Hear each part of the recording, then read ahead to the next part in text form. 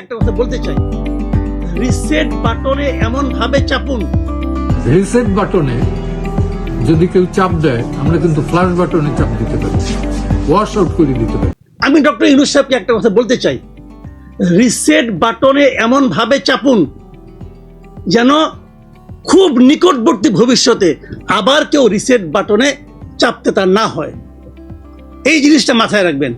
আপনি রিসেট বাটনে চাপলেন আর আপনি জিতে গেলেন, এটা মনে করেন না। ওই রিসেট বাটন তখনও থাকবে, চাপার লোকও থাকবে। তখন যখন চাপবে না, আপনার নাম সহ ডিলিট হয়ে যাবে। একটা স্বৈরাচারের আমলাতন্ত্র দিয়ে একটা বিপ্লবী সরকার চলতে পারে না, একটা গণঅভ্যুত্থানের সরকার চলতে পারে না।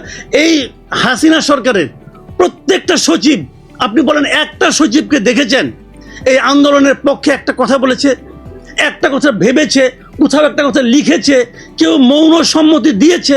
দেখেছেন? একটাও দেখেন নাই। সবগুলি এখনো ক্ষমতায় আছে, সবগুলি দেশ চালাচ্ছে। তো আপনি ডক্টর ইউনূস ওখানে বসে আপনি একটা কথা বলবেন, বাস্তবায়ন করবে কে? এই আমরাই তো করবে। তো সে তো আপনাকে ভালোবাসে না, সে আপনাকে ভালোবাসার অভিনয় করে। এক উর্মি একটা কথা বলছে, আপনার মাথা খারাপ হয়ে গেছে। হয়েছে তো? উর্মিকে লালমনিরহাটের একজন সহকারী কমিশনার, আমলাদের তালিকা করলে তার অবস্থানটা কোথায়?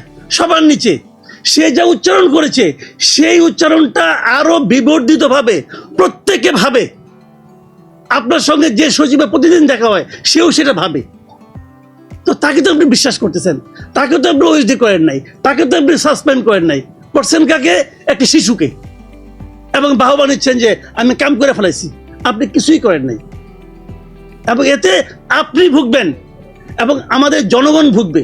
আমরা যে জিনিসটা সবসময় বলি, আমাদের জন্য সবচেয়ে দুর্ভাগ্যের বিষয় হবে যদি এই সরকার ফেল করে, কারণ এই বাস্তবতা, এই সুযোগ আমরা দ্বিতীয়বার পাবো না। আমি একটা কথা বলে শেষ করি, যে জিনিসটা হলো অনেকগুলি সংস্কার হচ্ছে, 6টা কমিটি হয়েছে।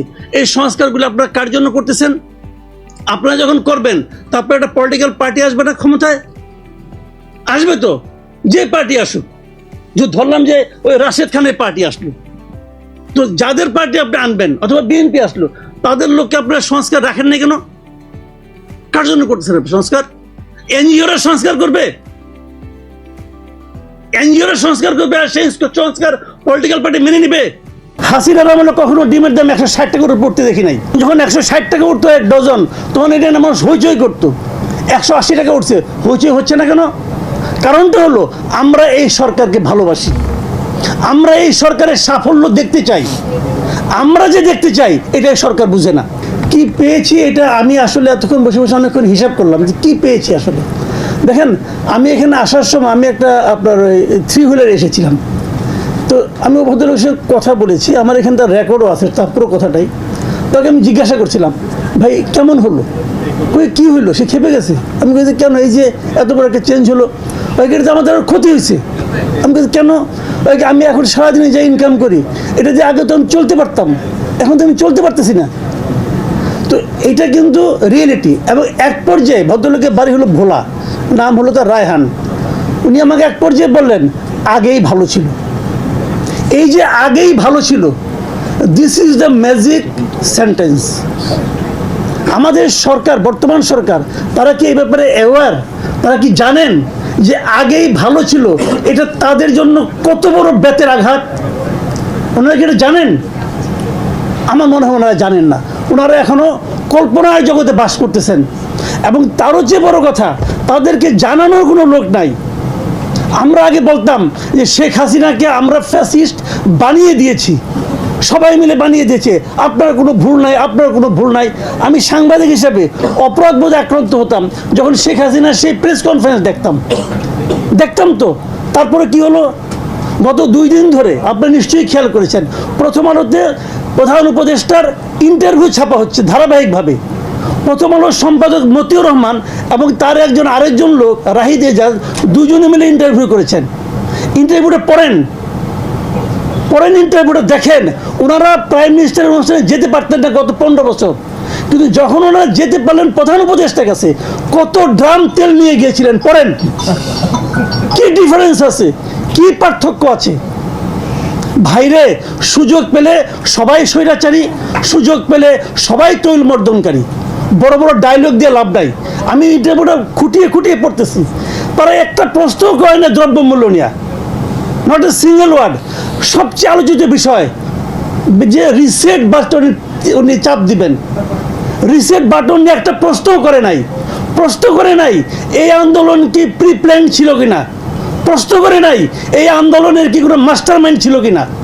কেন প্রশ্ন করে নাই? এটা কি সাংবাদিকের প্রশ্ন না? কে গিয়েছে?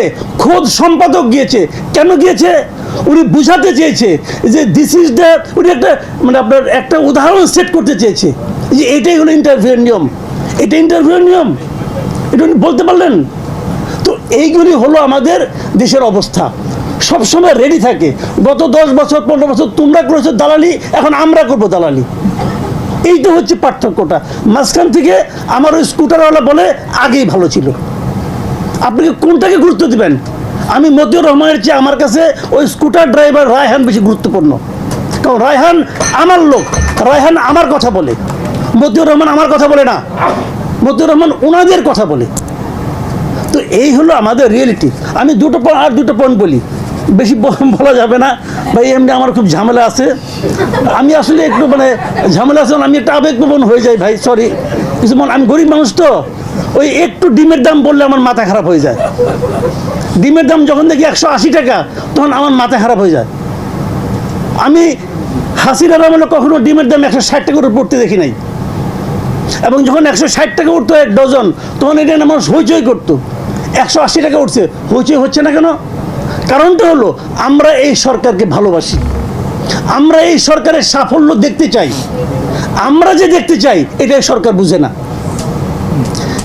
মানুষের যে কষ্ট হচ্ছে এটাই সরকার বুঝে না। আচ্ছা আপনারা বলেন তো, বুকে হাত দেয়া, এই 2 মাসে জিনিসপত্রের দাম বাড়ছে, বাণিজ্য মন্ত্রী একটা কথা শুনছেন আপনারা? একটা কথা। ওই ভদ্রলোক তো বাণিজ্য মন্ত্রী, সালেউদ্দিন সাহেবের একটা কমেন্ট পেয়েছেন? ওনার আমি সাকুল্যে খুঁজে 3টা কমেন্ট পেয়েছি। আমি আপনাকে বলি, 18 আগস্ট উনি বলেছেন দ্রব্যমূল্য সম্পর্কে এই সরকার খুব সজাগ। আমার এটা বলে উনি ঘুমাইতে গেছেন, আমি শিওর একদম। তারপরে 7ই সেপ্টেম্বর বলছেন সরকার কঠোর অবস্থানে কি কঠোর অবস্থান নিয়েছেন টের পেয়েছেন কেউ? সেপ্টেম্বরে কিন্তু। আর অক্টোবরে বলেছেন প্রতি জেলায় জেলায় টাস্ক ফোর্স করা হয়েছে। টাস্ক ফোর্স কি করবে? টাস্ক ফোর্স কবে কি করছে? আপনি আপনার ইতিহাসটা দেখেন তো, এ পর্যন্ত জীবনে কোন টাস্ক ফোর্স আমাদের মানুষের জন্য ভালো কিছু করতে পেরেছে? এগুলো হলো আমলাদের চা বিস্কুট খাওয়ার একটা ব্যবস্থা। যখন তারা টায়ার্ড হয়ে যায় একটা টাস্ক ফোর্স করে গোল হয়ে বসে চা বিস্কুট খায়, একটা বাজেট করে, টাকাটা ব্যয় হয়ে যায় আমার আপনার টাকা। এইগুলো টাস্ক ফোর্সের ভবিষ্যৎ এই দেশে, অতীত ইতিহাস এইটাই। তো এই একটা বিষয়, এটা নিয়ে আমি মনে করি এই সরকারের কোনো চিন্তা নাই। 2 মাসের মধ্যে তারা মিজারেবলি ফেল করছে এই জায়গাটাতে। এটা আগের মানে আগের যে চরিত্র সরকারগুলোর, সেটাই কি প্রকাশ হলো এখানে? একই চরিত্র আগের সরকারের যে চরিত্র ছিল, এটা কি এইটা একই চরিত্র? আমলাদের চরিত্র কি পরিবর্তন হয়? আমলা মানে আমলা, আমলার ভিতরে শিক্ষিত ও অশিক্ষিত আছে। আকবর আলী খানও আছে, আবার ওই দুর্নীতিপরায়ণ আমলাও আছে।